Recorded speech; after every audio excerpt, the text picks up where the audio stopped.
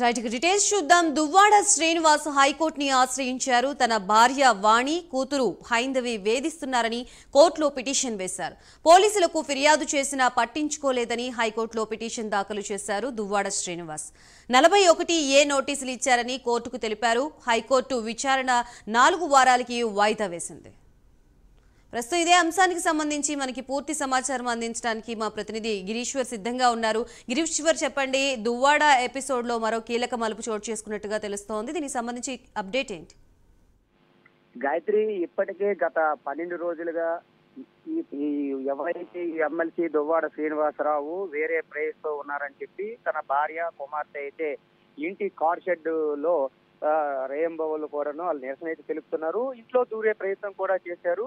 అయితే దువ్వాడ శ్రీనివాసరావుకి ఎటువంటి చర్చలు జరిపినప్పుడు కూడా ససేమేర ఆ యొక్క గృహంలో ఏముందో తెలియని పరిస్థితి. అయితే ఆ గృహాన్ని అయితే విడిచిరాని మనకు వైనం అయితే కనబడుతుందని చెప్పుకోవచ్చు గాయత్రి. అయితే ఇప్పటికే దువ్వాడ శ్రీనివాసరావు పలు ప్రయత్నాలు అయితే చేశారు.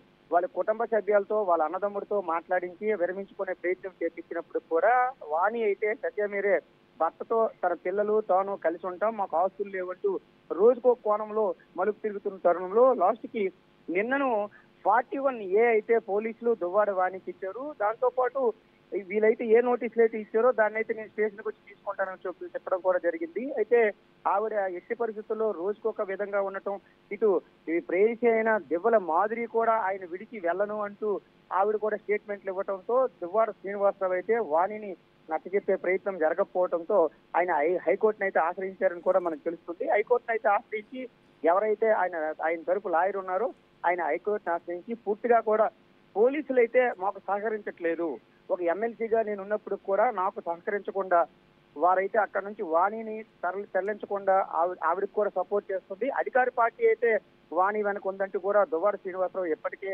వాళ్ళ ఆరోపణలు అయితే చేస్తున్నారు. ఈ కోణంలో హైకోర్టును ఆశ్రయించి ఎలాగైనా సరే నాకు న్యాయం జరిగి నా భార్య నుంచి నాకు రక్షణ కల్పించాలంటున్నారు. అయితే ఈ చాలా కోణాల్లో మనం ఆలోచిస్తే నిన్న రాత్రికి రాత్రే దువ్వాడ వాణి ఒక స్టేట్మెంట్ కూడా రిలీజ్ చేశారు గాయత్రి. ఏమిటంటే దివ్వల మాదిరి అర్ధరాత్రి 2 గంటలకైతే తన భర్త ఉంటున్న గృహానికి పోలీసులు అయితే రోజు ఎక్కువ మంది ఉండేవారు. నిన్న మాత్రం కేవలం 2 పోలీసులు తమతో పాటు కార్ షెడ్ లో ఉన్నారు. బ్యాక్ సైడ్ డోర్ నుంచి తను 2 గంటలకు ప్రవేశించింది, తను కూడా పైనే ఉంది.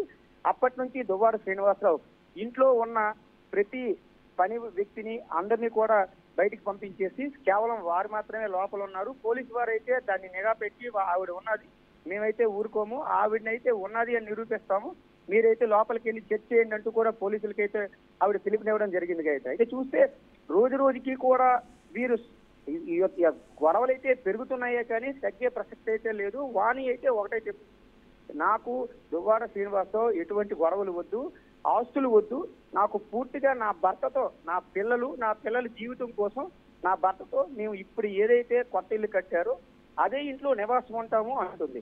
అయితే ఇంకో కోణంలో నేను రాత్రి ఆవిడ దివ్వల మాదిరి వల్ల ప్రాణహాని కూడా నా భర్తకు ఉంది కాబట్టి పోలీసులు దీనిపైన ప్రత్యేక దృష్టి సారించాలి, ఏమైనా ప్రమాదం జరిగిందంటే తనదే బాధ్యత అంటూ కూడా ఆవిడ మీడియాతో అయితే నేను చెప్పడం అయితే జరిగింది Gayatri. Right, thank you Gireeshwar.